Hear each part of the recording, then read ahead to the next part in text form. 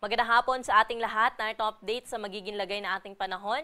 Nakakaapekto pa rin yung easterlies o yung mainit na hangin mula sa karagatang Pasipiko sa buong bahagi po ng ating kapuluan.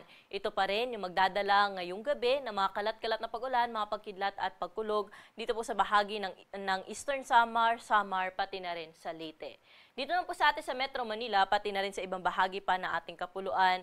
Ngayong hapon hanggang mamayang gabi ay makakaranas po tayo ng bahagyang maulap hanggang sa maulap na kalangitan na kung saan posible pa rin yung mga panandaliang buhos ng pag-ulan dala nga po nitong easterlies. Sa kasalukuyan, wala naman po tayo minomonitor na low pressure area o bagyo na posibleng makaapekto sa ating bansa.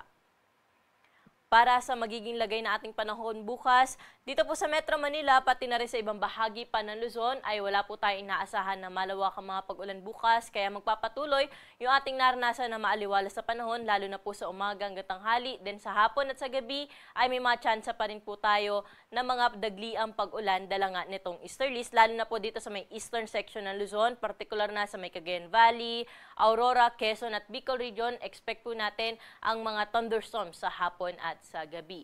At pwede po natin i-monitor yung mga thunderstorm advisories o yung mga babala na nilalabas po na ating mga regional services divisions at ma-access po natin ito sa ating social media accounts pati na rin sa ating website. Temperatura po natin bukas dito sa Metro Manila ay nasa around 24 to 33 degrees Celsius, Baguio City 17 to 26 degrees at sa Tagaytay naman 22 to 32 degrees Celsius. Mainit naman sa bahagi po ng Lawag at sa Tugigaraw na kung saan naabot din sa 33 degrees ang maximum temperature samantalang 32 degrees sa bahagi ng Legazpi City. Sa may Calayan Islands naman 27 to 33 degrees Celsius yung agad ng temperatura hanggang 32 degrees naman sa bahagi ng Puerto Princesa City. Sa mga kababayan naman po natin sa Visayas at Mindanao, generally fair weather condition po ay naasahan natin dyan bukas.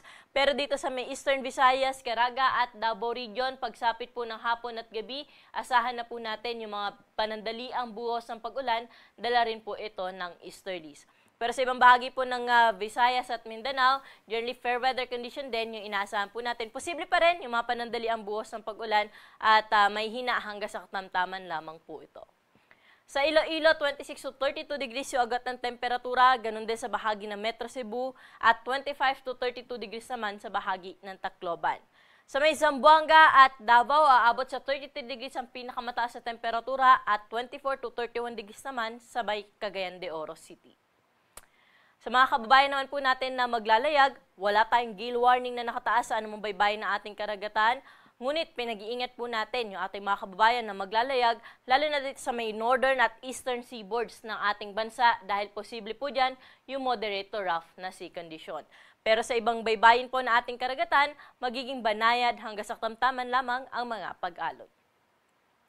Para mas ating 3-day weather outlook sa mga pangunahing syudad sa ating bansa, dito po sa Metro Manila, Baguio City at sa Legazpi City, hanggang linggo ay wala po tayong inaasahang malawakang mga pag-ulan, kaya magpapatuloy po yung maaliwalas na ating panahon na inaasahan.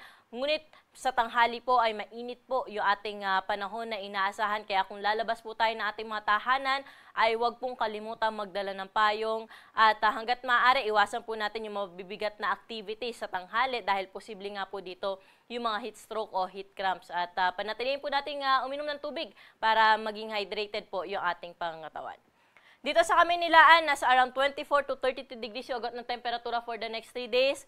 Sa Baguio City, 17 to 26 degrees at sa Legazpi City naman, 25 to 32 degrees Celsius.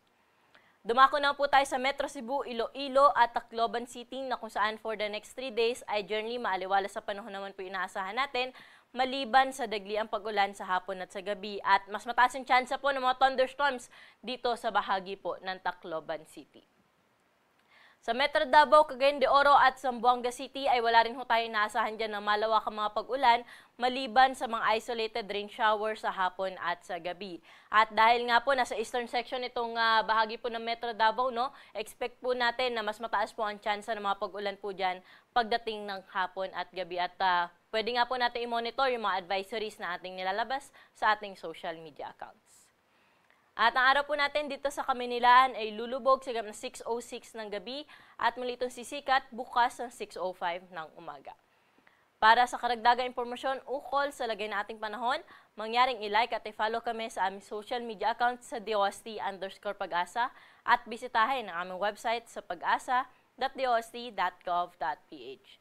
At yung latest dito sa Weather Forecasting Center, ako po si Ana Cloren Horda. Magandang hapon po.